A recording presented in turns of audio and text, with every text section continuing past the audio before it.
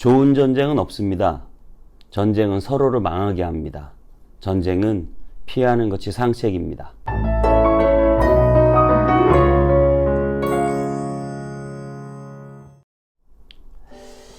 안녕하세요. 온땅님의 성문교 서정용 목사입니다. 오늘도 하나님의 말씀과 함께 행복한 하루 되시길 바랍니다. 오늘 보실 말씀은 사무엘하 2장 12절에서 17절의 말씀입니다. 제가 봉독해 드리겠습니다. 넬의 아들 아브넬과 사울의 아들 이스보셋의 신복들은 마하나임에서 나와 기브온에 이르고 스루야의 아들 요압과 다윗의 신복들도 나와 기브온 못가에서 그들을 만나 함께 앉았으니 이는 못 이쪽이요 그는 못 저쪽이라. 아브넬이 요압에게 이르되 원하건대 청년들에게 일어나서 우리 앞에서 겨루게 하자. 요압이 이르되 일어나게 하자 하매 그들이 일어나 그 수대로 나아가니 베냐민과 사울의 아들 이스보셋의 편에 12명이요 다윗의 신복 중에 12명이라. 각기 상대방의 머리를 잡고 칼로 상대방의 옆구리를 찌르매 일제히 쓰러진지라. 그러므로 그곳을 헬갓 핫수림이라 일컬었으며 기브온에 있더라. 그날의 싸움이 심히 맹렬하더니 아브넬과 이스라엘 사람들이 다윗의 신복들 앞에서 패하니라. 아멘. 지금 러시아와 우크라이나가 전쟁 중입니다. 각각 명분이 있습니다. 우크라이나는 최대한 러시아의 영향력에서 벗어나고 싶어하고 유럽으로 가고 싶어하는데, 러시아는 만약에 우크라이나가 유럽으로 가버리면 자기들의 어떤 방패막이 사라지고 오히려 우크라이나의 유럽의 어떤 여러 미사일의 기지들이 또 레이더 기지들이 생길 수도 있기 때문에 그런 부분에 대해서 굉장히 싫어하고 경계합니다. 어쨌든 그런 여러 이유로 러시아가 절대 해서는 안 되는 그런 전쟁을 일으켰습니다. 끝까지 지금 우크라이나가 항전하고 있는 모습, 참 모든 세계인의 지지를 받고 있는데요. 어쨌든 안타까운 것은 전쟁이 일어나는 것 자체가 그 나라 국민들에게 얼마나 힘들고 어려운 일인지 모릅니다. 어떤 명분으로도 전쟁이 일어나면 참 결국 힘든 것은 백성들이 아닌가 생각이 되고, 역시 우리나라도 마찬가지죠. 우리나라도 세계 유일의 냉전국가, 전쟁이라는 소용돌이가 만약에 어떤 명분으로라도 이루어진다고 한다면 정말 이러다 다 죽어 라고 하는 그런 대사처럼 결국은 양쪽 다 굉장히 큰 피해를 입을 수밖에 없는, 물론 그렇다고 해서 우리가 모든 면에서 굴욕적으로 굴복하자는 건 아니지만 어떻게 하든지 전쟁을 피하는 것이 외교가 가장 중요한 것 아니겠나라는 생각을 하게 됩니다. 모든 전쟁은 사실 나쁜 전쟁입니다. 좋은 전쟁은 없습니다. 전쟁으로 많은 사람들이 다치고 상하고 백성들이 큰 피해를 입기 때문입니다. 그 나라 사람들을 참혹하게 만드는 행동입니다. 여러분, 우리의 실생활도 마찬가지인 것 같습니다. 저와 여러분의 삶 가운데서도 여러 가지 이유로 다툼과 갈등이 일어날 수 있습니다. 하지만 정말 우리는 우리의 이 노함을 참고 누그러뜨리며 인내하는 것이 서로에게 가장 좋은 길이다라고 하는 생각이 듭니다. 오늘 본문도 역시 마찬가지로 사무엘하는 사울이 이제 왕에서 죽고 그리고 나서 다윗이 이제 서서히 왕이 되어가는 과정인데, 당장 다윗이 왕이 된 것이 아니라 사울의 아들 이스보셋을 내세워서 아브넬이라고 하는 그 사울의 핵심 군대 장관이 지금 이 다윗 편과 함께 다윗의 부하 요압과 함께 전쟁을 계속 벌이고 있습니다. 서로 누가 왕이 될 것이냐에 관한 그런 전쟁이겠죠. 물론 이 전쟁에서 다윗이 이깁니다. 어찌됐든 다윗도 전쟁을 하면 피해를 받게 돼 있죠. 오늘 본문에 아브넬과 요압 장군이 전쟁을 하는데 서로 12명씩 내보내자고 했습니다. 그래서 12명씩 나왔는데 12명들이 다 각각 머리를 잡고 같이 다 한꺼번에 죽는 거예요. 그러니까 참 이 장면은 전쟁이라는 것이 우리에게 어떤 결과를 가져다 주는지 그대로 보여주는 장면이에요. 12명 대 12명이 나왔는데 뭐 누구는 살고 누구는 죽고 이런 게 아니라 그냥 같이 다 죽어요. 그리고 나서 싸움이 맹렬하게 일어납니다. 우리 편 12명이 죽는 걸 봤고 저쪽에서도 자기 편 12명이 죽는 걸 봤기 때문에 맹렬한 싸움이 일어나는 것이죠. 잠언서 20장 3절엔 이렇게 말하고 있습니다. 다툼을 멀리하는 것이 사람에게 영광이거늘 미련한 자마다 다툼을 일으키느니라. 빌립보서 2장 3절은 신약에서는 이렇게 말하고 있습니다. 아무 일에든지 다툼이나 허영으로 하지 말고 오직 겸손한 마음으로 각각 자기보다 남을 낮게 여기고. 그렇습니다. 성도 여러분, 우리는 삶을 살면서 많은 갈등 속에 다툴 일이 있습니다. 다툼의 요소들이 있습니다. 하지만 다툼은 정말 여러분 다툼은 미련한 행동입니다. 여러분 인내하는 것이 지혜로운 행동입니다. 겸손한 마음으로 우리는 살아가야 합니다. 요한복음 13장 34절엔 이렇게 말하고 있습니다. 새 계명을 너희에게 주노니 서로 사랑하라. 내가 너희를 사랑한 것 같이 너희도 서로 사랑하라. 35절 너희가 서로 사랑하면 이로써 모든 사람이 너희가 내 제자인 줄 알리라. 그렇습니다. 하나님이 우리에게 주신 유일한 새 계명은 우리가 서로 사랑하는 것이고 우리가 서로 사랑하면 예수님이 주신 계명을 우리가 지키는 사람들이기 때문에 예수님의 제자인 줄 알 것이다 말하고 있습니다. 로마서 12장 18절에 바울은 우리에게 이렇게 권면합니다. 할 수 있거든 너희로서 모든 사람과 더불어 화목하라.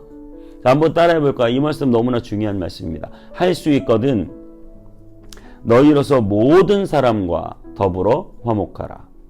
모든 사람과 더불어 화목하라. 여러분 이 사실을 꼭 기억하시기 바랍니다. 내가 아무리 손 내밀어도 내가 아무리 화해하려고 해도 화해를 그쪽에서 절대 안 해준다. 뭐 어쩔 수 없겠죠. 하지만 내가 할 수 있는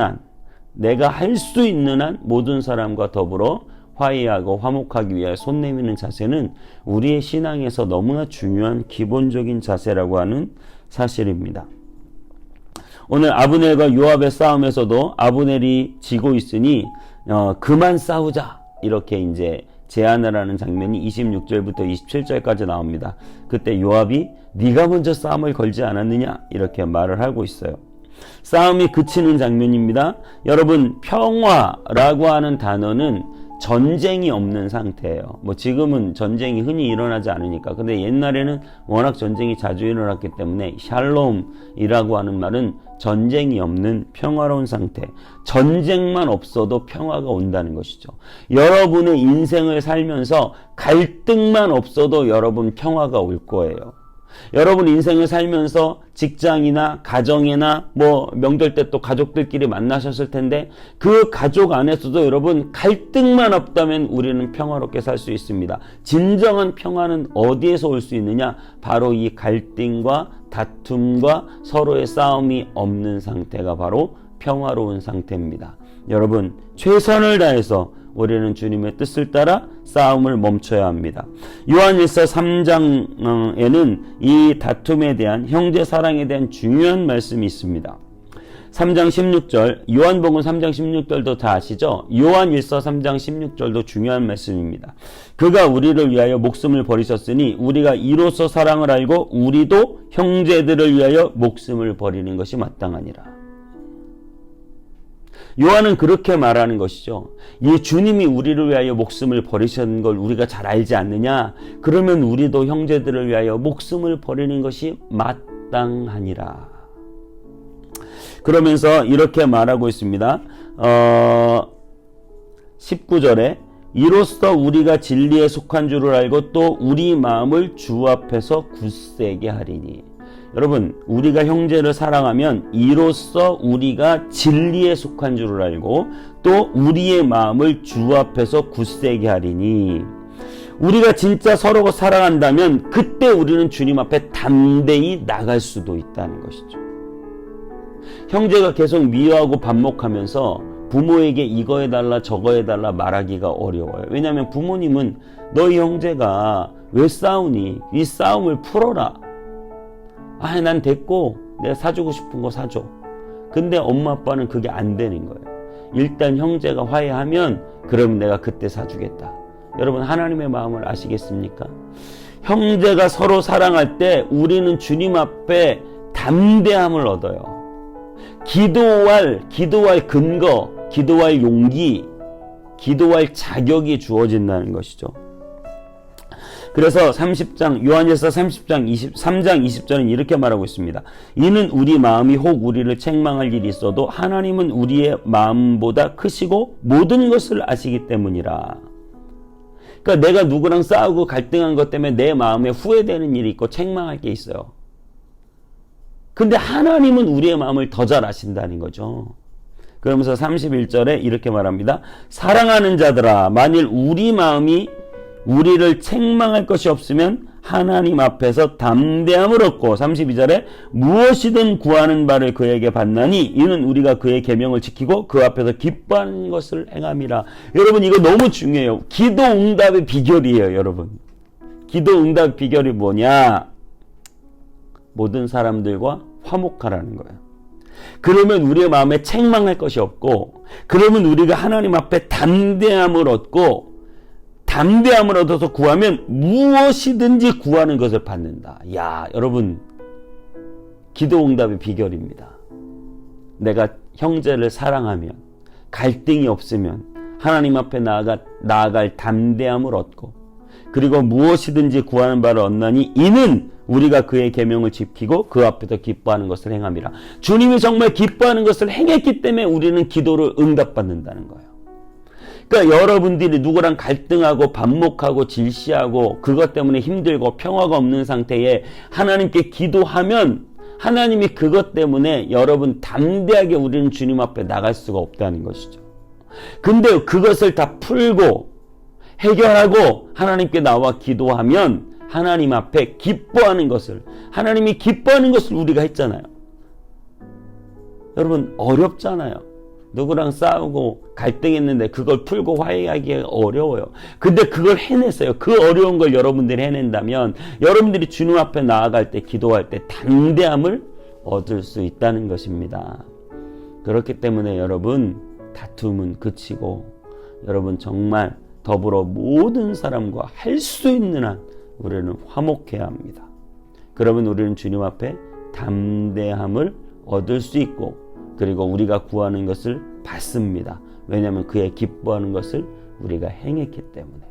여러분 다툼을 그치십시오. 그것은 다 공멸하는 길입니다. 모든 갈등을 멈추시고 화해하시고 용서하시고 마음에 먼저 참고 인내하시고, 그리고 하나님 앞에 담대함으로 구하여 모든 것을 응답받는 저와 여러분 다 되시기를 주님의 이름으로 축복합니다. 기도하겠습니다. 하나님, 우리가 우리의 마음에 책망할 것이 없으면 우리가 하나님께 구하는 바를 다 얻는다고 했습니다. 하나님, 내가 누구랑 다투고 갈등하고 반목하는 것 때문에 내 마음에 스스로 죄책감이 들고 책망할 것이 있다면 하루속히 일어나 하나님 정말로 우리가 담대하게 화해할 수 있도록 우리에게 믿음을 주옵소서. 하나님 그렇게 화해하고 홀가분한 마음으로 담대한 마음으로 주님께 구하는 것을 받는 우리가 되게 하여 주옵소서. 지금 이 시간 그 화해를 시도하게 하여 주옵소서. 감사드리고 예수님의 이름으로 기도하옵나이다. 아멘. 여러분 기도 후에도 제가 잠깐 말씀을 드리는데요. 이 시간 우리가 하나님께 기도하는 것도 중요하지만 여러분이 정말 다퉜던 갈등했던 사람에게 지금 먼저 손 내밀고 용서하고 화해하는 문자라도 한번 보내보시기 바랍니다. 하나님이 그 위에 놀라운 축복 주시기를 바랍니다. 감사합니다. 오늘도 행복한 하루 되십시오.